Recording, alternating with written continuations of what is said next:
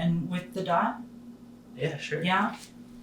It'd be a really good little marking to put right here. And then you kind of have that protection. For me, I always go back to protection over the things that we do with our hands and our creativity in the way. I don't know any Indigenous person that doesn't do something with their hands, right?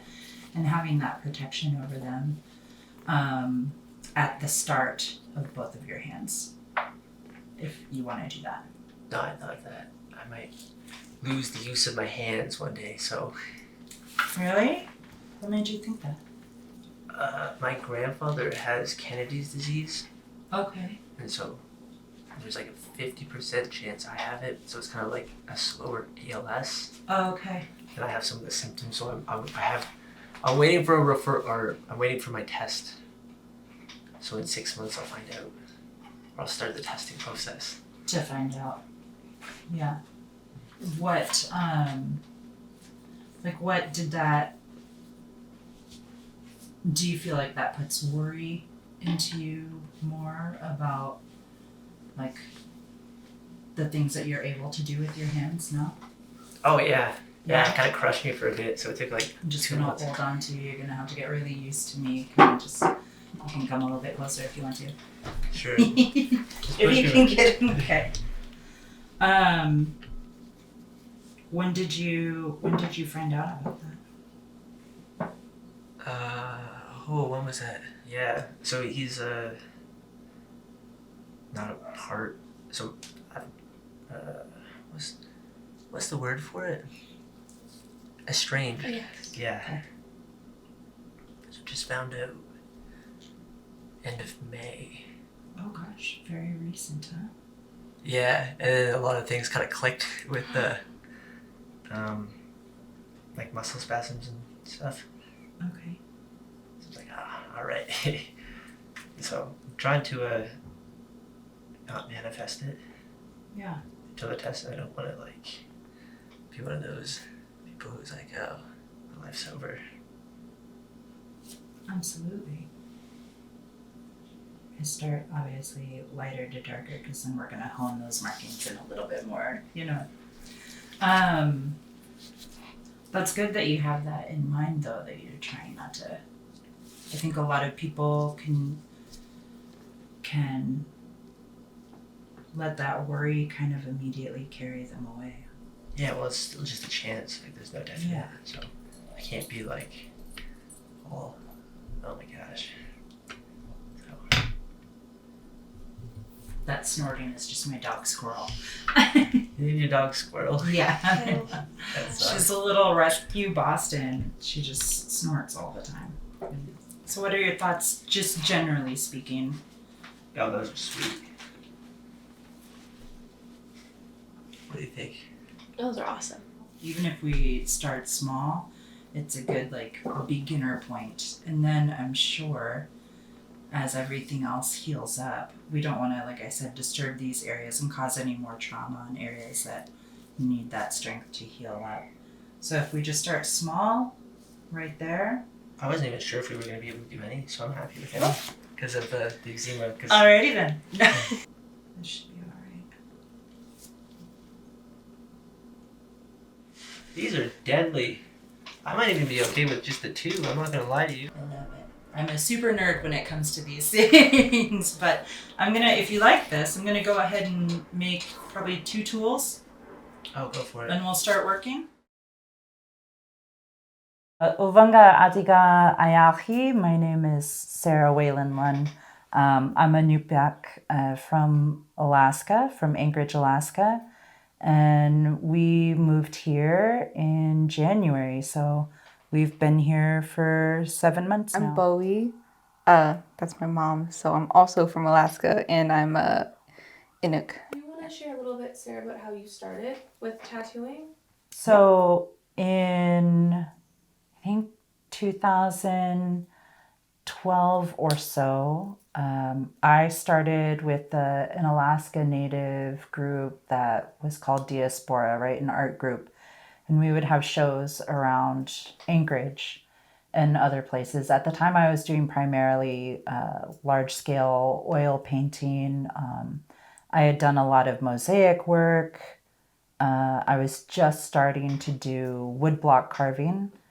But I met a artist from Kotzebue, Alaska by the name of Holly Nordlum, who I love. And she started talking to me a little bit about this project that she was trying to get pushed through with the museum. She was trying to get a grant for a tattoo revitalization project. And at the time, I had been so sort of displaced from any culture or any of my mom's side of the family. When I started having kids, I was really trying to find ways to be connected, right? I wanted them to grow up knowing more about who they were and where they came from than I did. And also anything tattoos. I was like, what? Excuse me? So I always kind of would touch base with her as she was working to get this pushed through the Alaska or the Anchorage Museum. And she did end up getting the grant, I think, in 2014 or 15. She had been connected with Greenlandic tattooer Maya Salek Jacobson, and she agreed to come. She had been tattooing traditionally for a while. Maya was based in Western tattooing, but due to an illness like maybe rheumatoid arthritis or something made it very painful for her to hold the machine anymore, right, for long periods of time. So that led her, I believe, and if I'm misquoting all of this, I'm sorry, but that led her to start trying to find alternative ways of tattooing, which led her back to the traditional tattooing that our people had. And so she agreed to come and be part of this project. And I think in 2016, Maya had made 2 trips to Alaska, done like a demonstration where she tattooed Holly and a couple of talks. And then in 2016, there was actually a round of applications that went out. If you were a female Inuit artist, they, interested in this, they wanted you to apply. And I almost missed, I think I applied on like the last couple of hours, right? And I was terrified too, because I thought there's no way there's going to be so many super natives, people who know everything way more than I do, who they're going to be looking for. And I think, in fact, part of the reason that I was chosen was because of my story and because of the way that I grew up. Because there's so many people now that have been displaced and don't grow up connected, who are looking for a way back, that they can relate to that story and feel a connection to that. And for me, part of wanting to learn was not wanting to show up to our communities empty-handed, right? I wanted to be able to help bring something back. I didn't want to show up and just ask for reconnection with not being able to offer anything. So I had no idea when I first started, like what that was actually going to look like or how much it was going to change my life.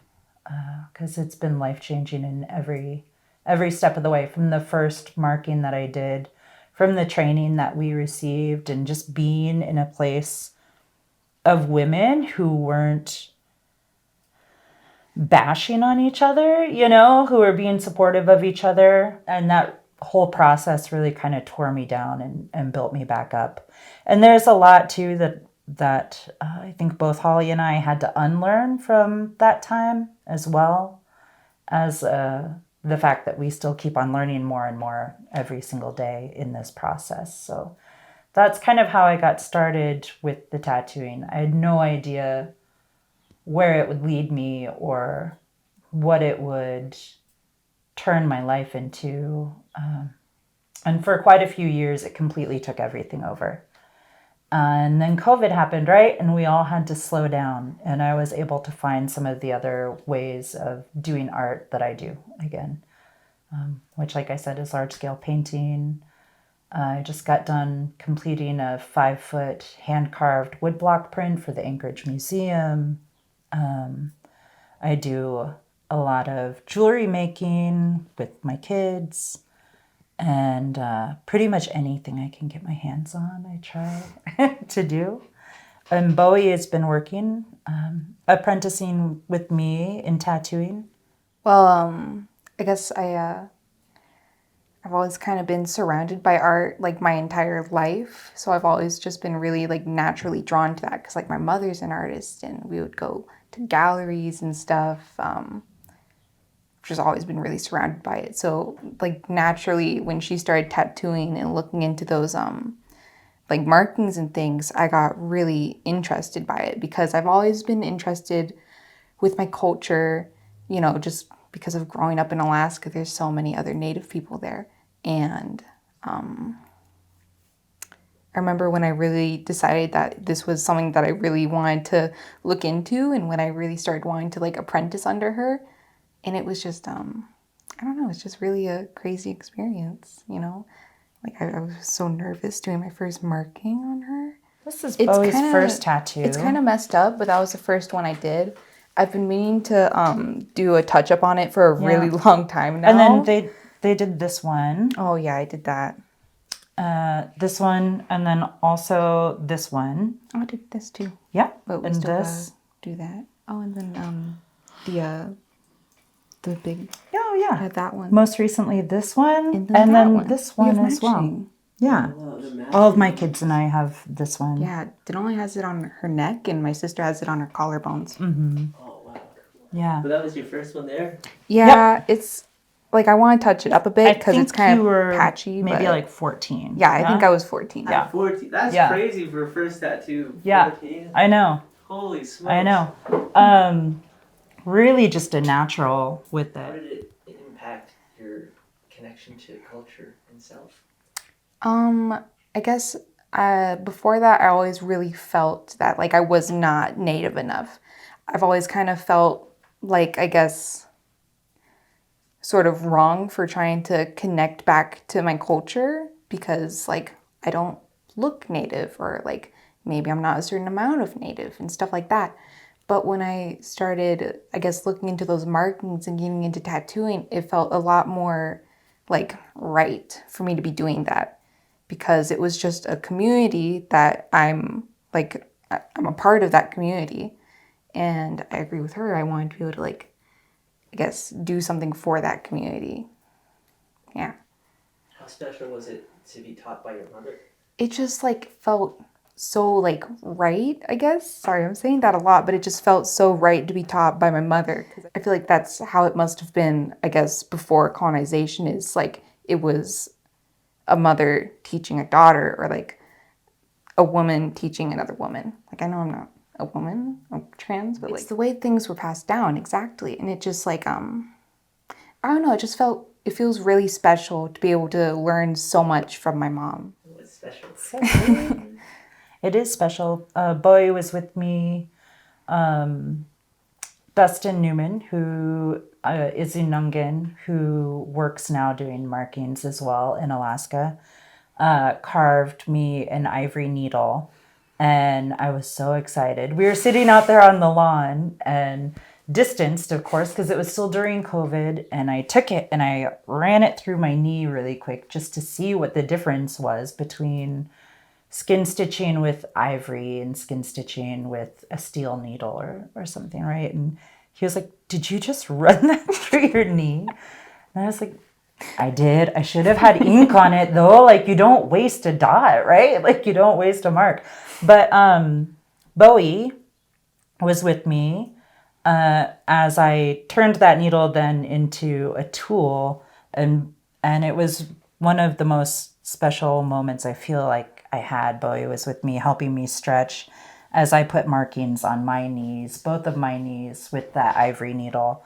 And not saying that they haven't done it in communities. I've heard stories about it happening in communities still, but no one out in the world, I feel like it's been about 100 years or more since that's been done with the traditional tool like that.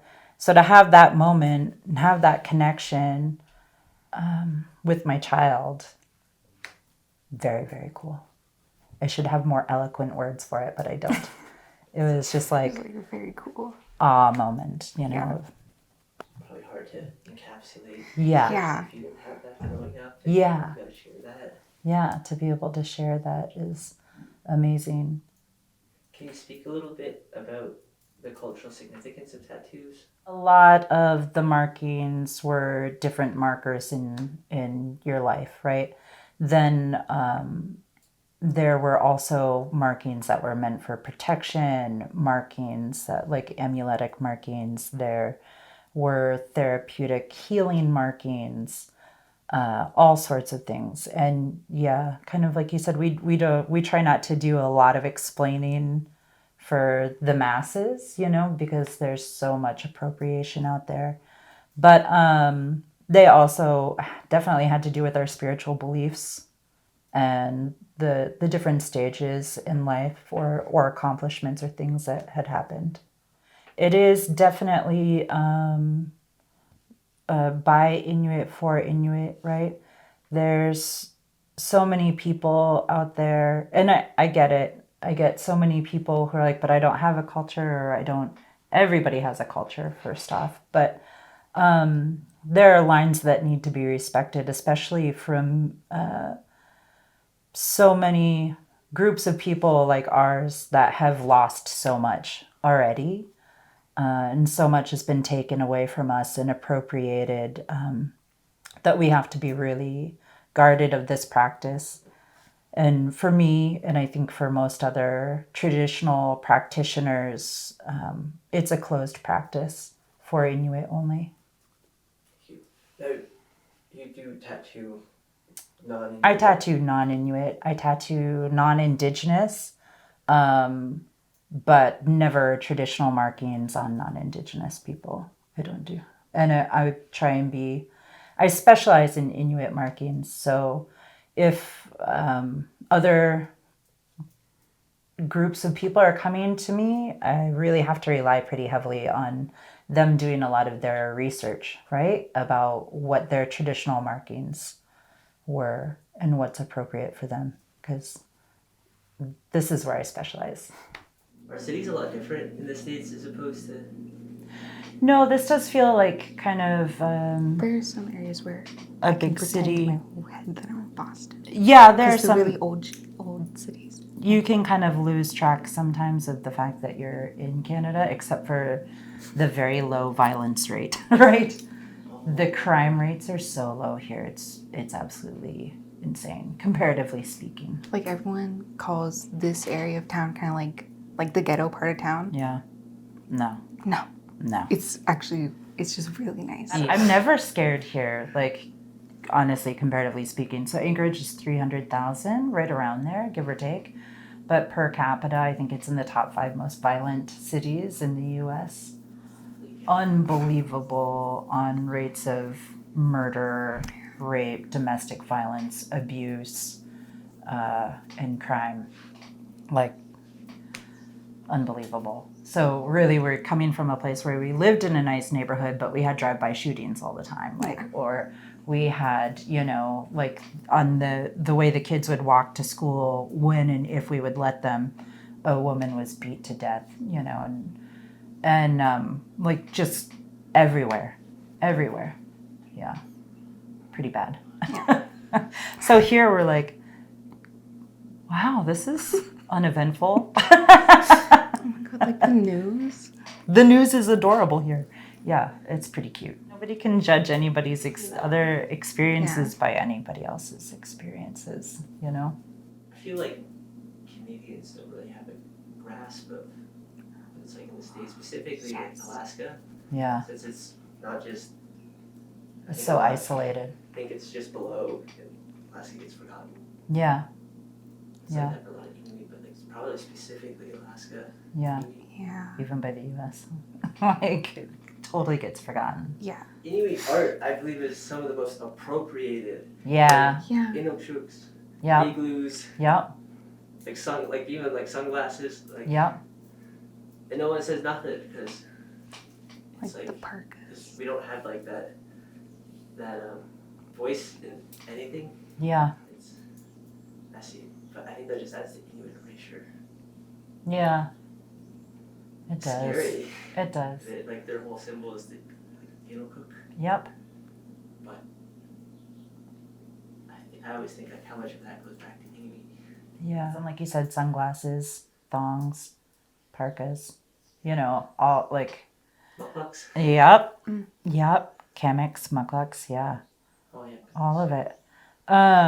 It's like erasure's a huge thing. I think, like I said, in the lower 48 in the States, it's a lot of like, but are you even indigenous? Are you Yeah. indigenous?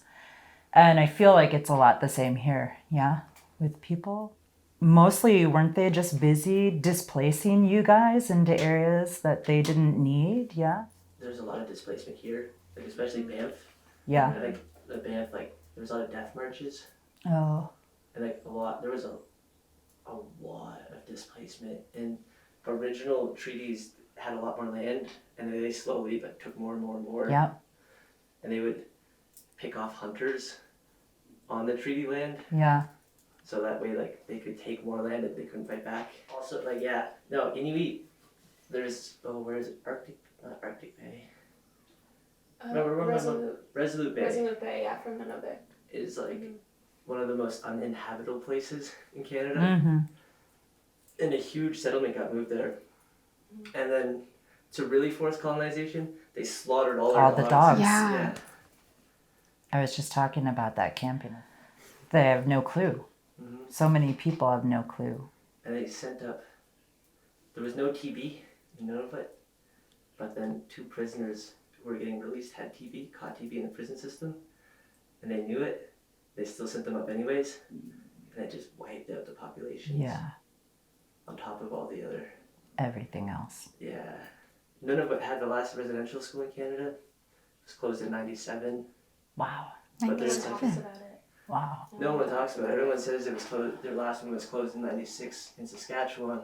It was 97 in Nunavut. Wow. And so I think that's too why like Inuit in Canada like fought so hard for it to be distinguished for First Nations and Inuit. And Inuit. I feel like for so long, Inuit by nature are not really like talk about the bad things or the taboo thing, right? Like we're not supposed to talk about those things. We just kind of like stoically, quietly deal with that and don't express it, don't talk about it. So I think like really trying to turn those pages around and actually address it a little bit more is harder. Yeah. No, that's so true. Especially with like dealing with like mixed too. Mm-hmm.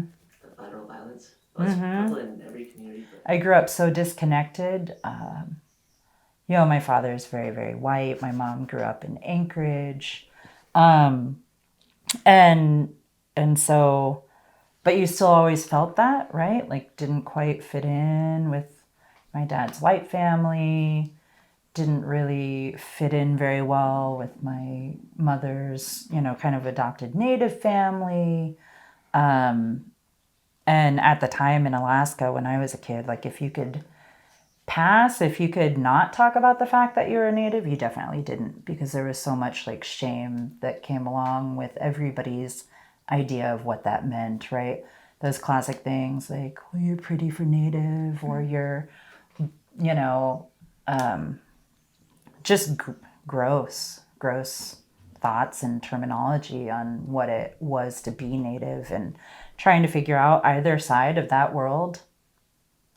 That's one thing I definitely had to try and learn. And I feel like I'm still always trying to learn, is that I'm never going to be enough for either side. So I just got to like wash those expectations away, or the idea of it away. So many people have the same story that we have. So many people have been displaced and aren't connected anymore to their communities. And the one thing I always think is that nobody can take away the blood that's flowing in you that brought you into the world, right? Nobody can take away your indigeneity just because they don't feel like you look indigenous enough or, you know, their ideas don't hold place over you. Like, I feel like a lot of just like indigenous people in general have, well, some of them have really internalized the idea of the blood quantum. Especially in the No States. other race has to have like a quantum of how much native blood you have to have in you to be considered native. No other race has that, like, at all. And it's just, it can be such a divisive thing in communities. It's to breed out indigenous people at all, so that they don't even exist anymore. They don't have to honor treaties. Yeah. Well, anytime you can get a group of people against each other internally, then you're winning, right? As far as colonization goes, things like that. I used to get a lot of like, what are you? Definitely a lot of what are you?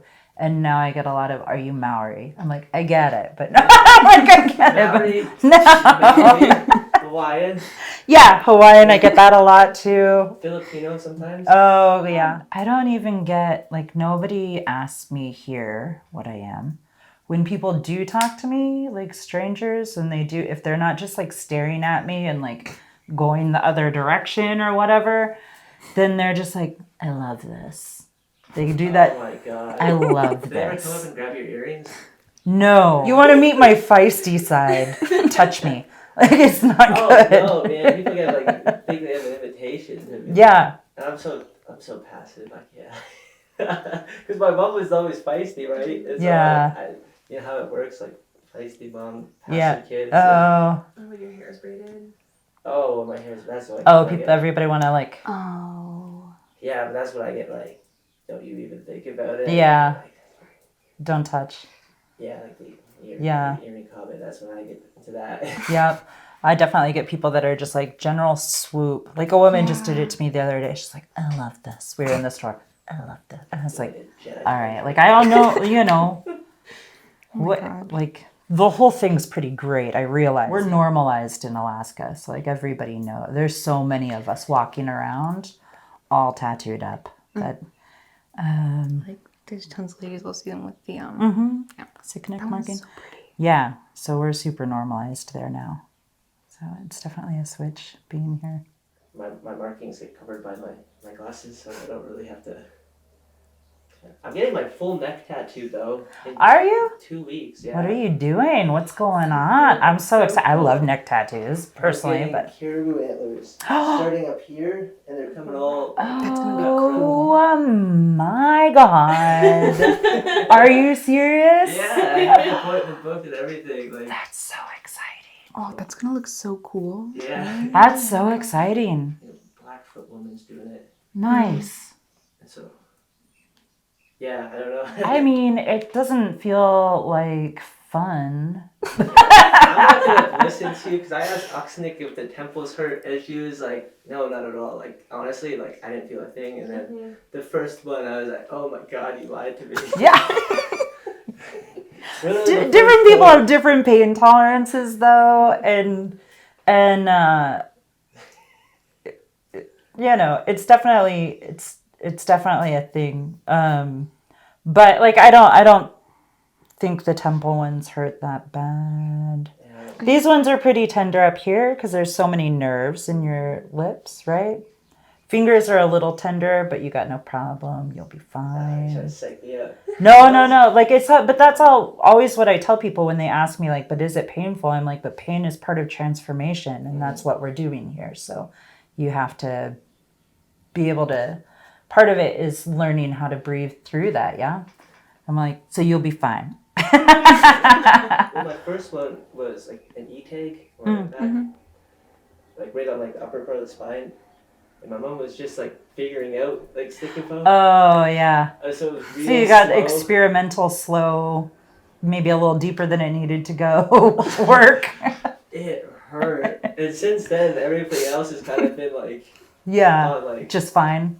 yeah, that was the only like I remember getting the machine and the guy was like, okay, this is probably gonna hurt. And I was like, oh, this is nice. Yeah. After The thing about the machine, though, is fast. Mm-hmm. It's Yeah. fast. Heals pretty fast, though, too. These ones, the hand poke ones, yeah.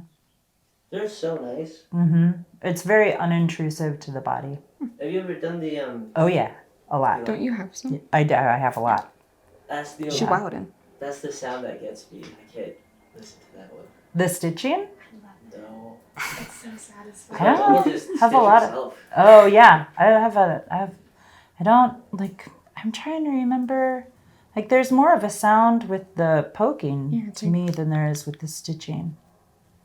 I definitely, Sandia is not, So crazy. yeah, I'm always, like, I would get done with the tattoo and how'd it go, Mom? I'd be like, it was so amazing. Oh my God. Their skin was like butter, just like right through. She'd be like, nope, don't want to know. Don't want to know. Oh no, she'd make me come on. Oh, yeah. Bowie's a natural, though. Bowie's a natural at it. Was very nervous to be tattooed at first. There were a lot of like knee surgeries and things that were happening. So I did protection markings on your knees just as a way to kind of like, you know, put some intention and hopes for protection. Kind of like, yes, like with the Inupiaq dotting and over the joints to try and help with the knee situation that was going on. Yeah. And then we went to St. Paul last year, a year ago exactly, St. Paul Island, Alaska. And Bo got this done there. Yeah. While we were out there. We got a National Endowment for the Art grant to go out there and tattoo for 2 weeks out on the island. And Yeah, it was Bowie came along. it was like really beautiful and the community was just like super kind. Yeah. Yeah, that was a really awesome trip. That was great, amazing, huh? Was that your first tattooing trip? Yeah. I've never been on a tattooing trip before, so it was like, I don't know, it was just really I'm just like so grateful to have like new experiences like that with like those communities and just like seeing, I guess, really what it's like when you're giving those traditional tattoos, you know? Because like with a lot of it, there's like a lot of vulnerability that goes into those traditional tattoos because it's like for healing and stuff and like connecting back to culture, and there can be like a lot of hurt there, especially on like islands like that, you know, that have so much history. Yeah. Yeah. There's a lot of trauma. Yeah. You see more in the future? More trips?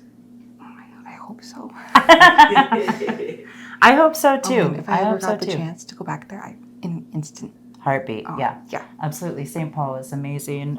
It was really, Bowie is the one of my kids who was really taking an interest in learning about the traditional markings and learning how to do them, and just kept on showing up with that interest, And to me, one of the things that makes the most sense is who do we trust with passing these things down to, right?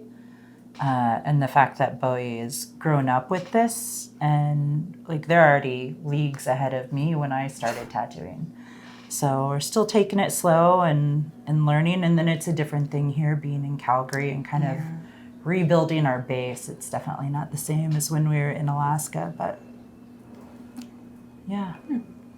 Aside from there being way less Inuit and Inupiaq, what's been the biggest difference in the that you've noticed, I guess, setting a base here as opposed to Alaska?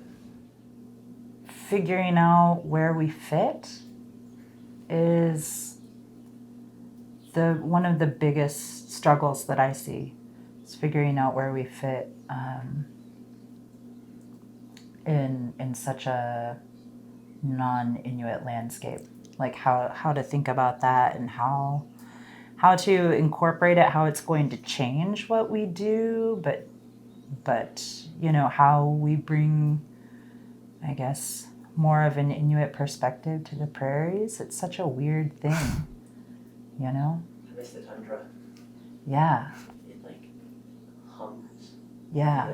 You know? Yeah. The light here doesn't speak to me like it does up there. Yeah. the heat. That's a Oh different my thing. God. Apparently, I really love the sun, though, which Oh, is. yeah. Apparently, I adore it. But I miss the ocean. I miss the fishing so much. I miss the salmon. Like the moose just aren't in the city here. Yeah. Like you would see so many moose just in the city. Yeah.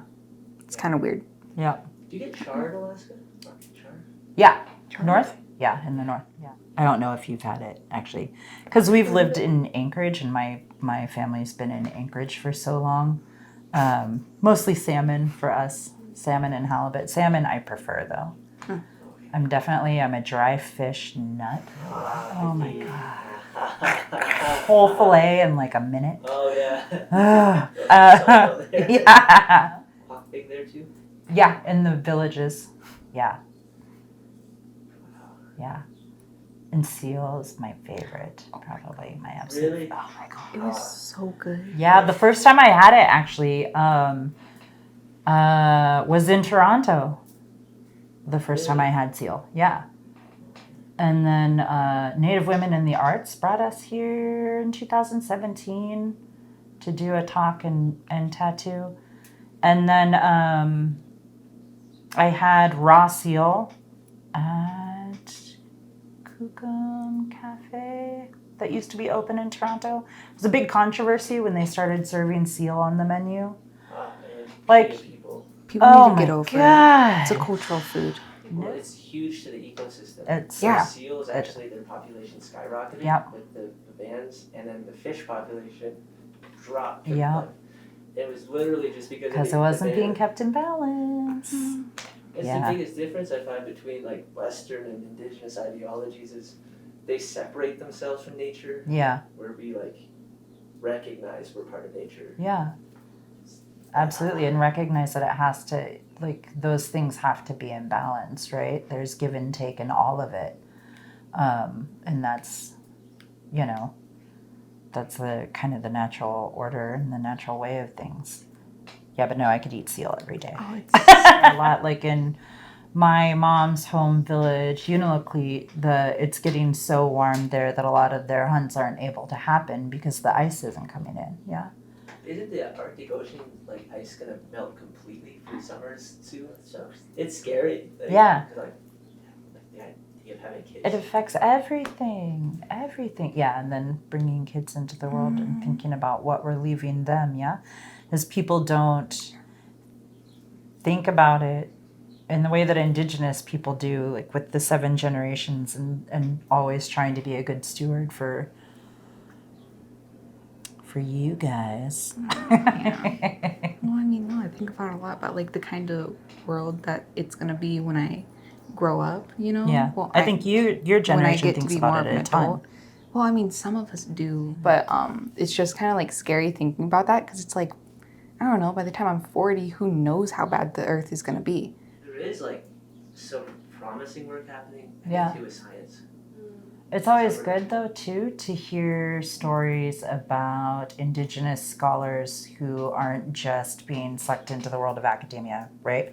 In the Western context, who are thinking about it in a more Indigenous way and how they can not just work within the bounds of Western academia, but how they can expand it out instead of trying to fit in it, getting it to fit the way that we all think, right? Or our traditional stories. It's so important.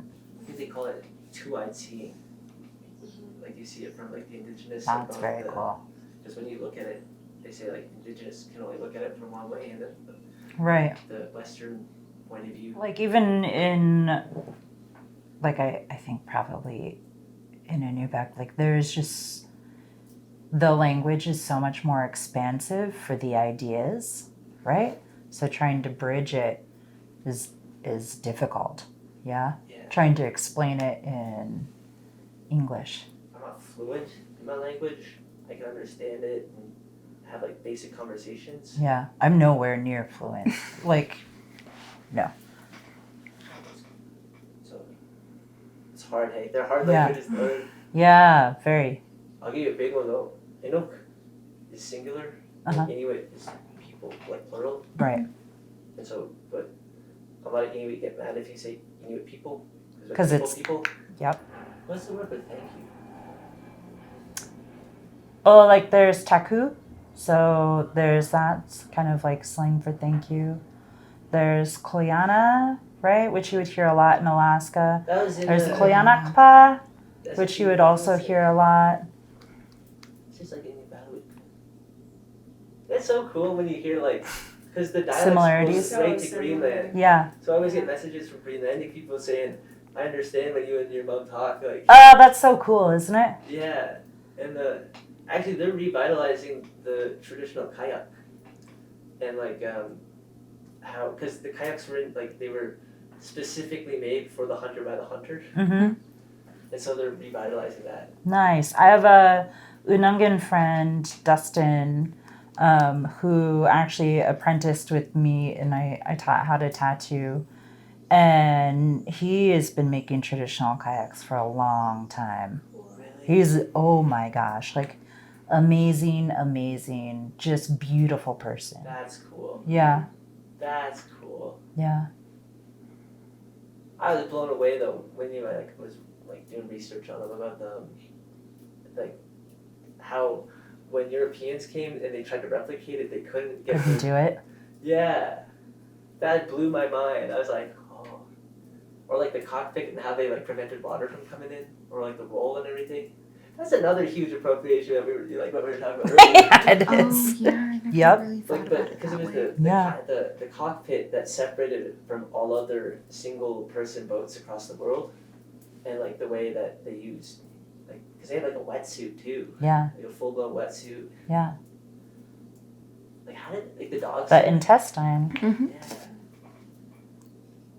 And then the waterproof stitch. Do you know it? I've seen it. I'm like, I've seen it.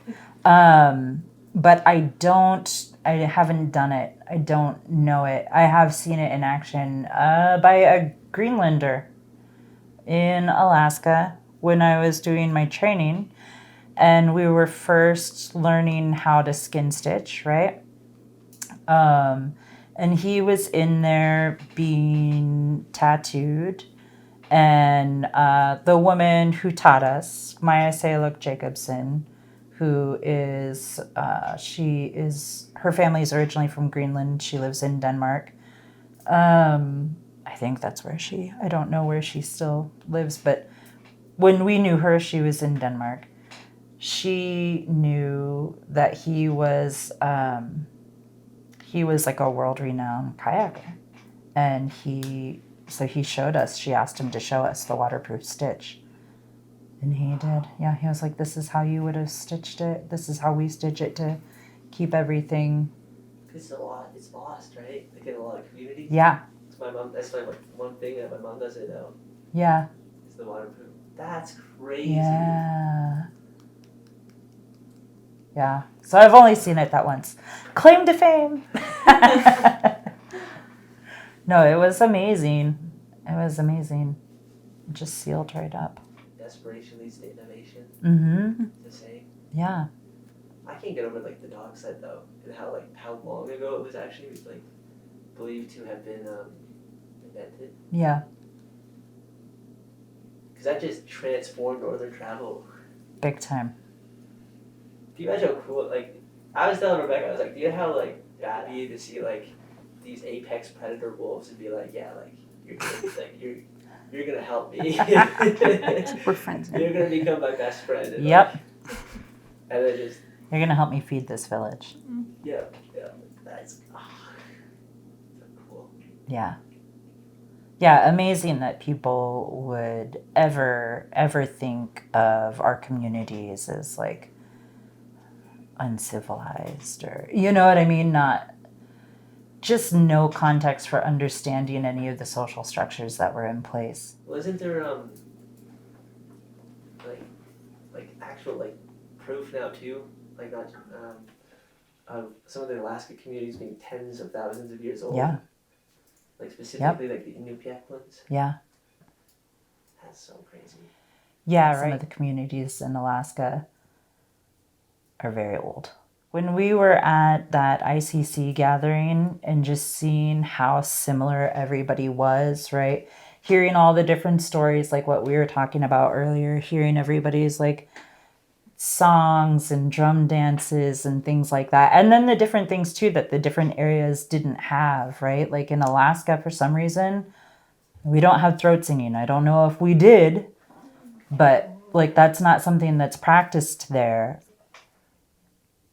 You guys got the games too in Alaska. Too, Yeah. right? Like all Yep. the games and everything. Actually, Yep. Alaska high kick's the hardest one.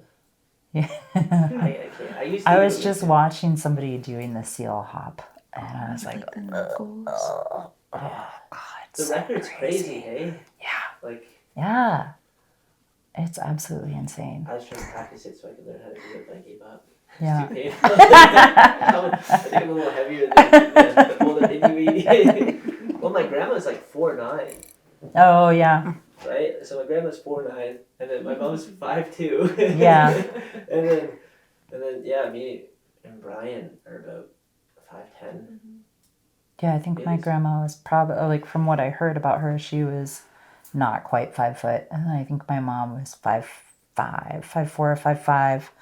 And I used to be a lot taller before I had a bunch of kids and got older, but now I'm sitting right about 5'7". Yeah, no, Inuit were like so small. Yeah, Slip overs. tiny. Wow. Yep. You hear stories too, like there's stories of like when the Vikings came, Mm. of first contact. There's actually records, like Viking records of it. Oh, wow. They were Yeah. terrified of the Inuit, like in Labrador, like Nunatsiavut. Just tiny badass people. Yeah, they were so like unpredictable. They said. Like, Yeah. the littlest things set them off. And there's actually stories in the area too of trolls, Oh, yeah. of like descriptions of like the Vikings, or I guess the Scandinavians. And I guess when they first came, one of the hunters shot an arrow right through like the shields and like through his armor and got him perfectly in the lung. Oh, wow. And so like the leader ended up passing from that. Oh, my And they gosh. had like a little settlement, and supposedly one of their cows or their bulls got let loose, like one of the Vikings, Mm-hmm. and the Inuit freaked out, raided the village, and kicked them out. Oh, wow. And so I'm thinking that the Inuit probably thought it was like these trolls let out demons on them. Oh, And so- probably, yeah. Yeah, and so they. But if the one of the most fearsome groups in like European history was like scared away by us little Inuit, like, we must have been pretty crazy, right? Well, you think about everything that it took to live in the areas that our ancestors lived in, yeah? Crazy. The Like, harshest climate in the Yep. world. They make TV shows now of people trying to survive. I know. They just did it casually. I know. Well, not just casually, thrived. Yeah. Where did Joe toss? That's a painting of like a blanket toss, right? Yeah. Yeah. Actually, one of my favorite artists in Alaska did that.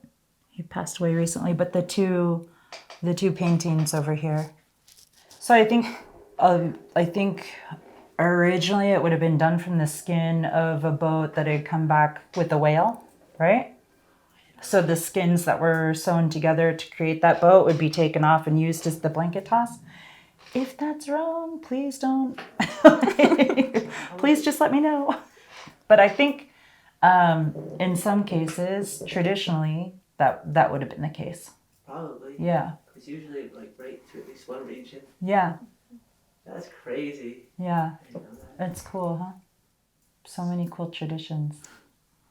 Well, it's such a collective. Okay, sorry, I Yep. got distracted again. No, that's all right. So how has your reconnection journey then impacted your other artistic mediums? Oh, in every way possible, I feel like. There's no way to do the traditional work that I do without being impacted by the stories and the hurt and the trauma and the joys of everyday life as modern Indigenous people. And in that respect, I feel like it has touched absolutely everything that I do, and especially it's highly informed my other artwork. And just living the life of modern Indigenous female, and what does that mean? So everything from politics to the violence that we face to the hopes that I have, all of it, it's all in there. What do you think Sarah, who was painting the mosaics and everything, would say if they could see your art now and your tattooing and Yeah, I think she'd be pretty amazed. I always wanted to get here. I always wanted to figure out. I could never quite figure out before where my voice was. And I feel like tattooing and the connection that I get with all of the people that I work with forced my voice to show up, and I think it's pretty amazing. And I think I'd be pretty proud, probably, of where I'm at, comparatively speaking. when did you start painting? Oh, when I was little. I definitely I wasn't one of those outdoor kids. I like the outdoors a lot more as an adult now, but, still not as much as just sitting down and drawing. So I've drawn my whole life. And then I remember my dad bought me, I think I got my first easel because I was painting a lot when I was maybe like 13 or 14. Were you self-taught? Yeah. Yeah. Even carvings too? Yeah, I'm completely self-taught. Like I said, I get a little obsessive about new things that I want to do. Usually it starts because I have this idea of this huge thing that I want to do. And then I'm like, but I've never done anything even like that before. So now I have to figure that out, right? The first piece of wood somebody gave me, they were like, do you think you could do a carving if I gave you a piece of wood? And I was like, yeah, I could try and bang that out. And they handed me a 5 foot by 5 foot piece of wood.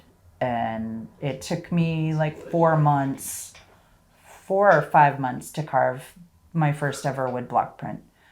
Yeah, it was massive.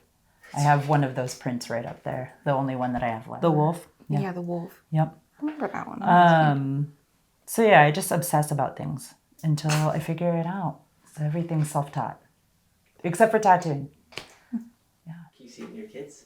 Yeah, absolutely. Absolutely. The different ways that they're creative is really pretty mind-blowing. It's amazing to watch, like, their voices develop and in all the different stages of their lives, like how it changes and the different ways that they're creative is pretty cool. Bowie, how's it been to watch your tattooing evolve? It's been interesting because I remember, I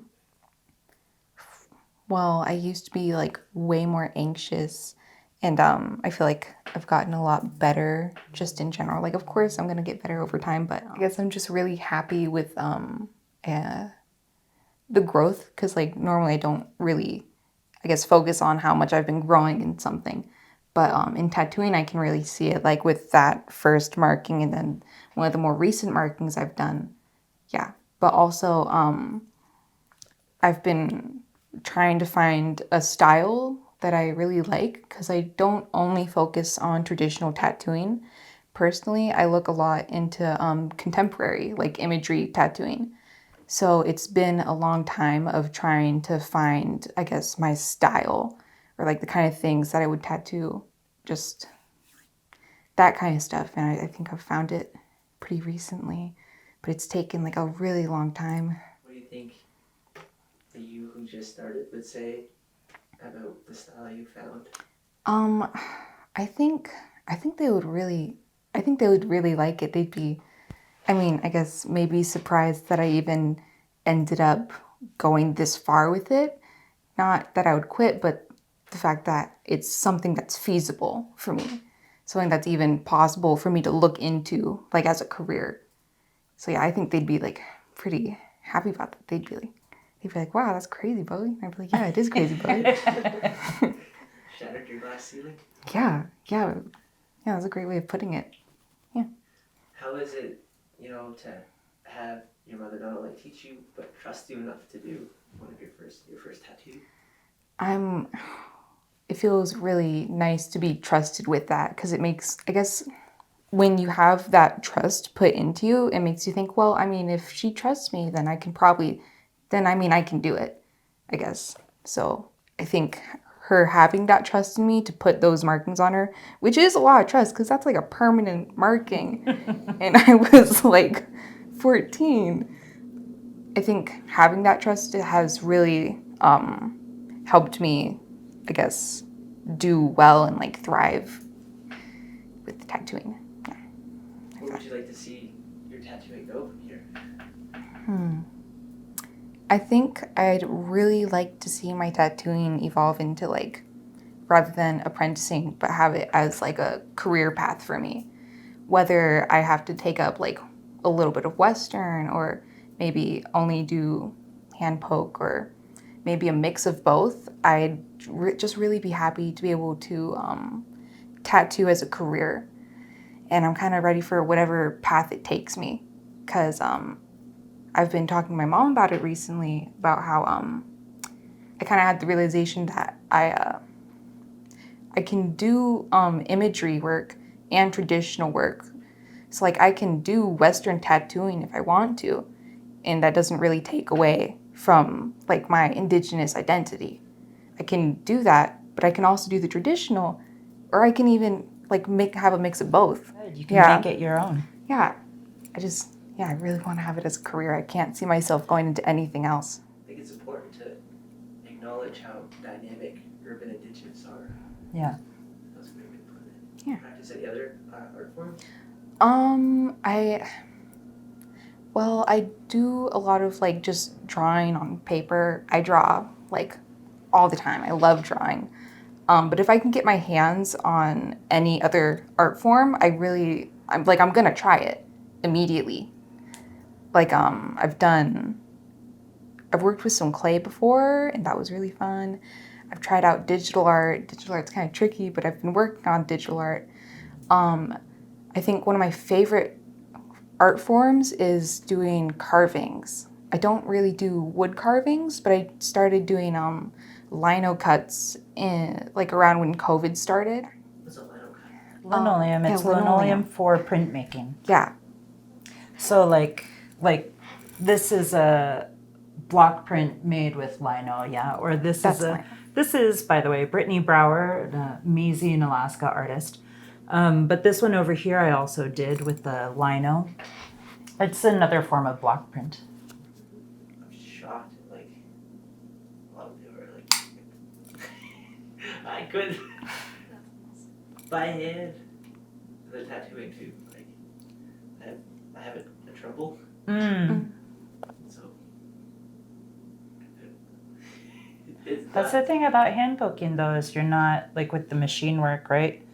It's that you can definitely tell if there was a wobble but hand poking, when you're building it up dot by dot, there's space for people's twitches or people's muscle spasm or movement, and because you're always moving it.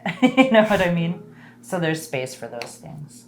It doesn't limit you like that. Like I get a little bit shaky sometimes because I get nervous. I think we all do. Yeah. So, I mean, you can't tell that much.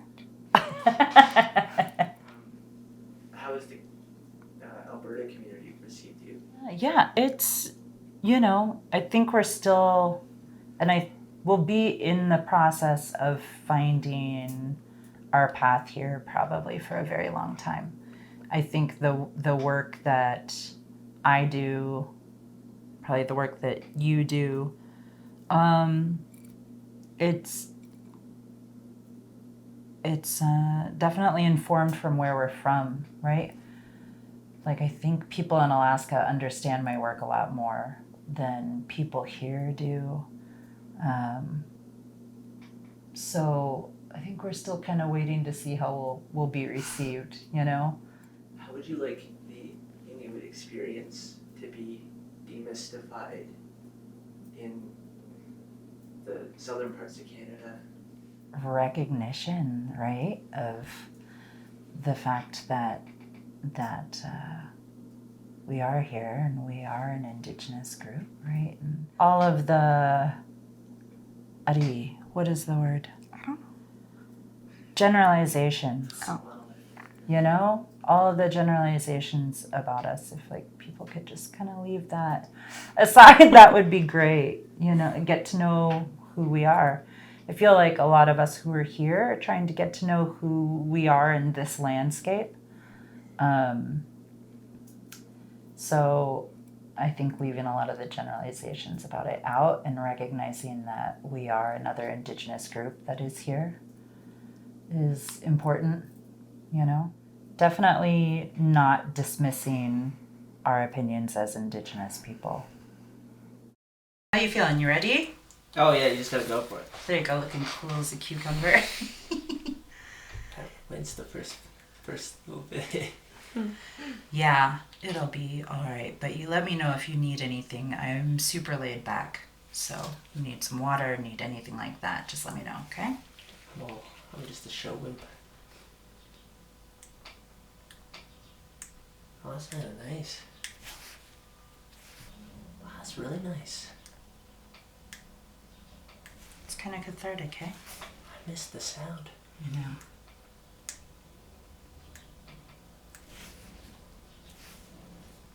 I played it up big time in my head. Well, like we'd forget, huh?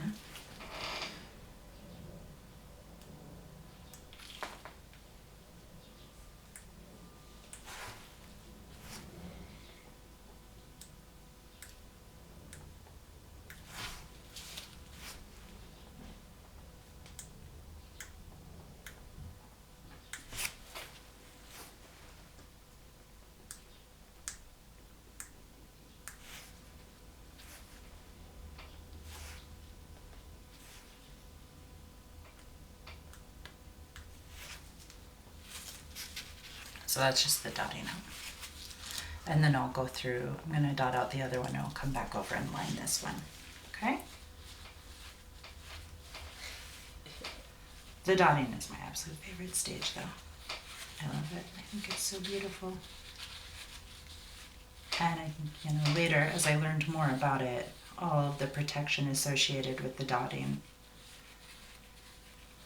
really is probably why I gravitated towards it so much. Makes sense. Oh, sorry. Oh, you're just fine. I can't believe I played it up so much in my head. Oops.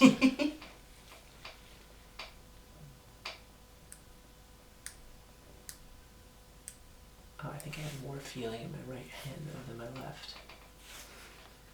Yeah, I definitely have more feeling in this hand. That's so weird how that works. And just it'll be different in different areas or on different sides.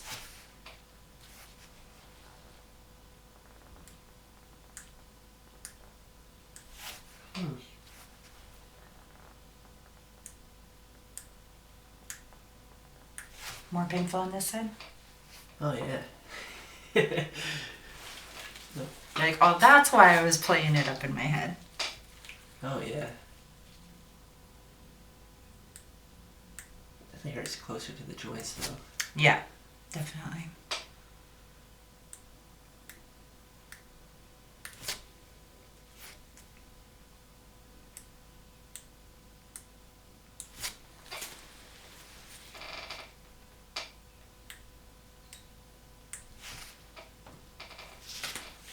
And anything that's kind of right on the bone as much as the fingers are.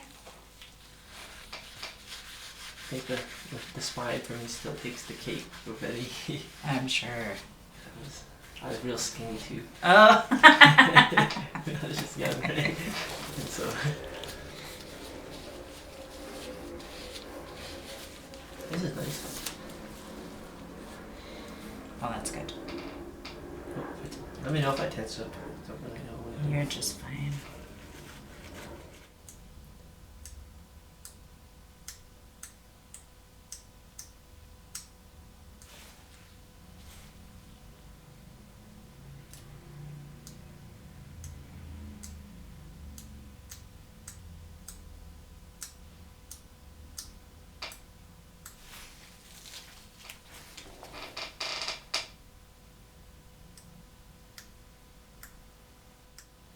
just how my mom likes to do it. Just quiet? Yeah, she gotta focus real hard. She won't even let me talk. Oh, really? Yeah. Oh, we talk the whole time. It's a little ridiculous. Like, we talk the whole time.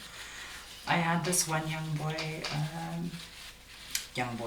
I mean, qualified as an adult, right? But he came in, I think he had only ever had Western tattoos before, and he came in, and I was just chit-chatting away the way that I do. And he looked at me, and he was like, "You sure talk a lot." And I was like, oh my God. I do, I guess, the whole way through the tattoo. I'm just talking and laughing. So don't mind me. Of course, no. I'm just... don't mind my silence. It was funny when I got the other one filled in. I was like, okay, I'm just gonna like listen to music or something. I don't know, because I was like, probably not gonna talk to me too, because he's gonna want to listen. Right. Or not listen, he's gonna focus. And he's like, why did you bring headphones? You're gonna have to talk to me the whole time. Right? I was like, oh. Like, no, we're chit-chatting today. When we were in Inupiaq,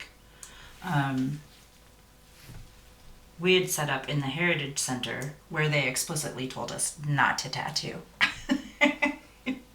For ICC, if anybody from ICC sees this, we did not tattoo in the Heritage Center, but we did. And there was so much like food and laughter and kids and dirty jokes and stories that people would come in to the rooms that we were in. They're like, we just followed the laughter and we're all in there just having a great time. It was so much fun. There's a big difference between like Indigenous and non-Indigenous gatherings. Kids Yeah. always running around, hanging out. Yeah. Yeah. And if you just tell them too, you give them the idea that they're old enough to understand or respect certain boundaries, then they do. You're like, you can't touch this area. They'd be like, okay. Yeah, then you don't grow up being like, oh, I didn't know. Yeah.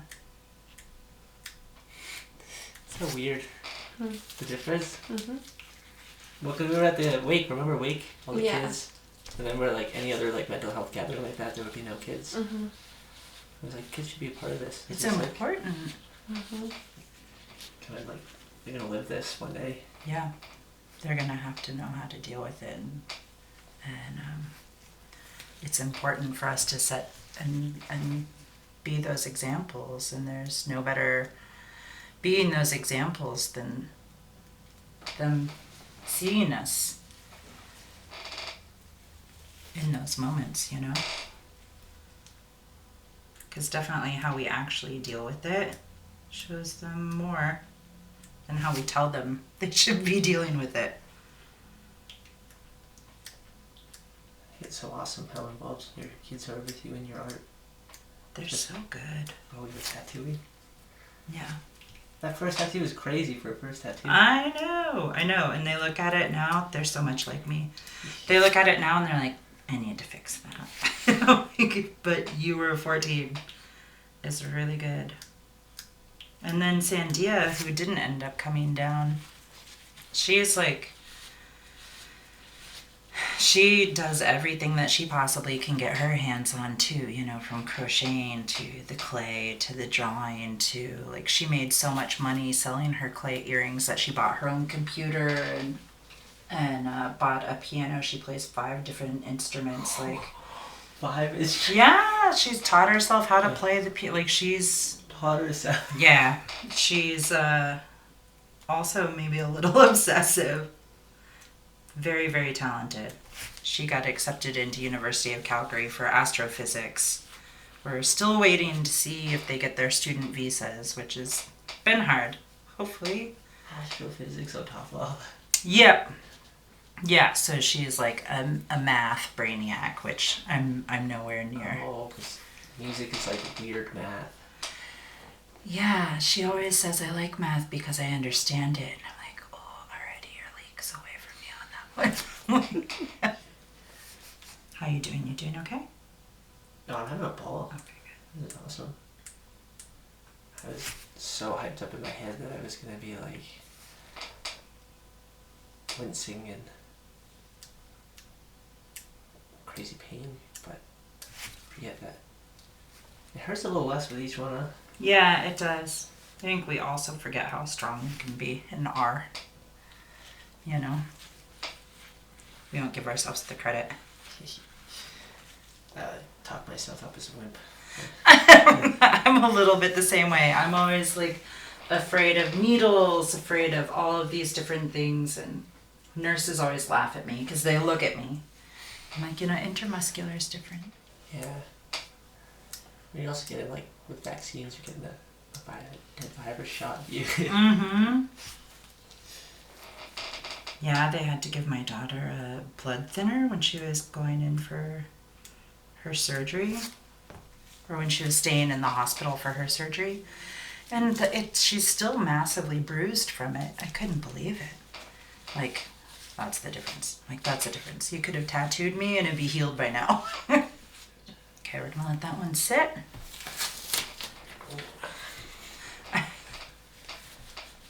Holy. Absolutely. Thank you for asking. You don't want to cross any boundaries or anything. I've gotten pretty good with my boundaries, and as I get older, They're tricky, eh? they are tricky. Especially, I think, coming from, different backgrounds, they can be. We weren't born to uphold our boundaries. We weren't raised a lot of times to uphold our boundaries. Especially not in Western society, right? Mm-hmm.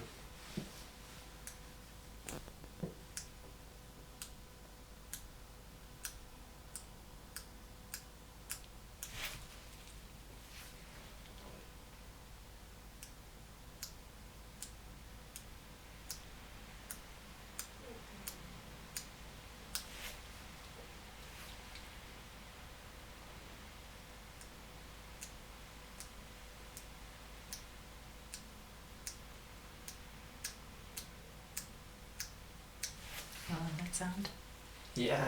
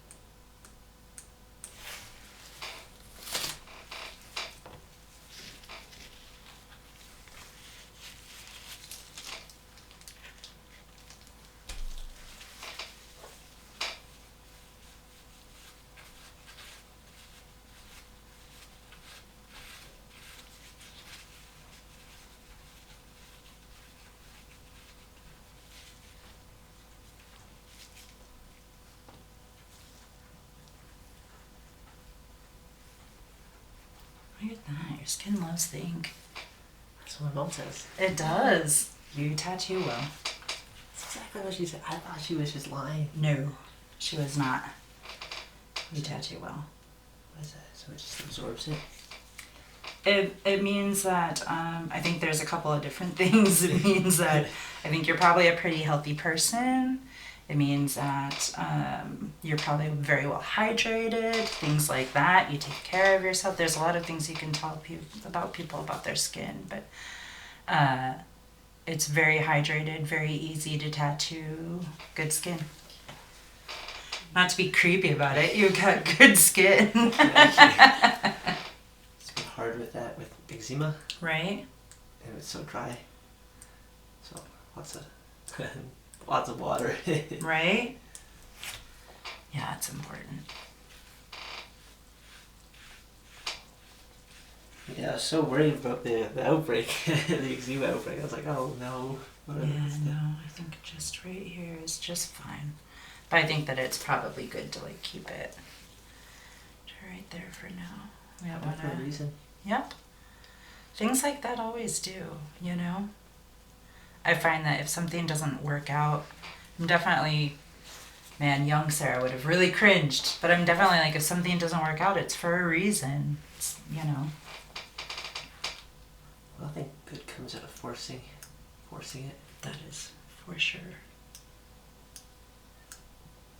I always think about like TV shows and movies when you see the character forcing something, Yeah. and you know the audience knows they're forcing something, but they don't. Yeah. They're like, come on, stop forcing it. But do we notice when we force it sometimes? No. We just get so locked in on what we want. Right?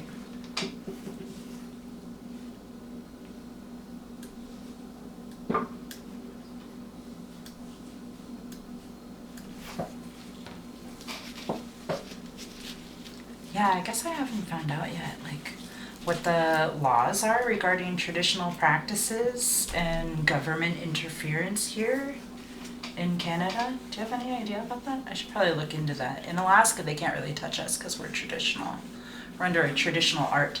Well, there was a big issue where people were getting their beads confiscated at airports. Oh, yeah, I heard about that. Mm-hmm.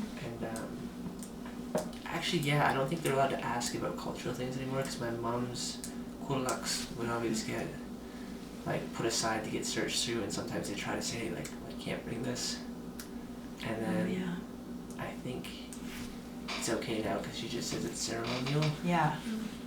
and it's okay. But that might just be travel associated, like with airplanes and Yeah. whatnot. Right.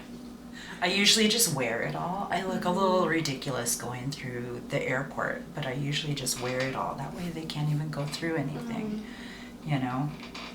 Get weird with sealskin, I bet. Yeah, Yeah. yeah, absolutely. And ivory. I've heard about people's like family parkas being confiscated and kept because, you know, because it has like seal or some other that you're not supposed to pass back and forth, but it's like we're indigenous. Like I know for a long time it was a really big deal in Alaska. They wanted us to get Western tattoo certified and we refused. We complied with health and safety and things like that, but we absolutely refused to get Western certified.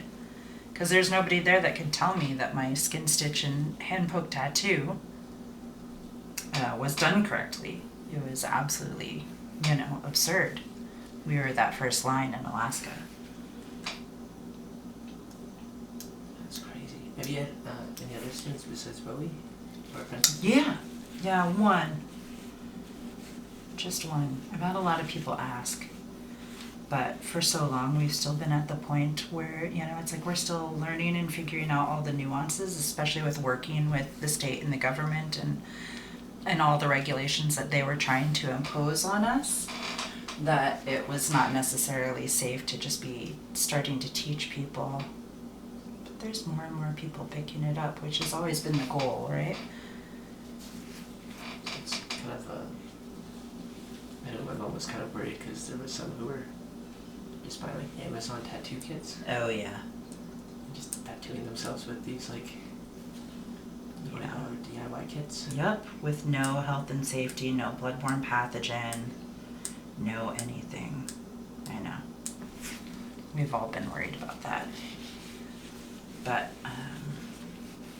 you can't stop it either. So I always try and preach a lot of health and safety.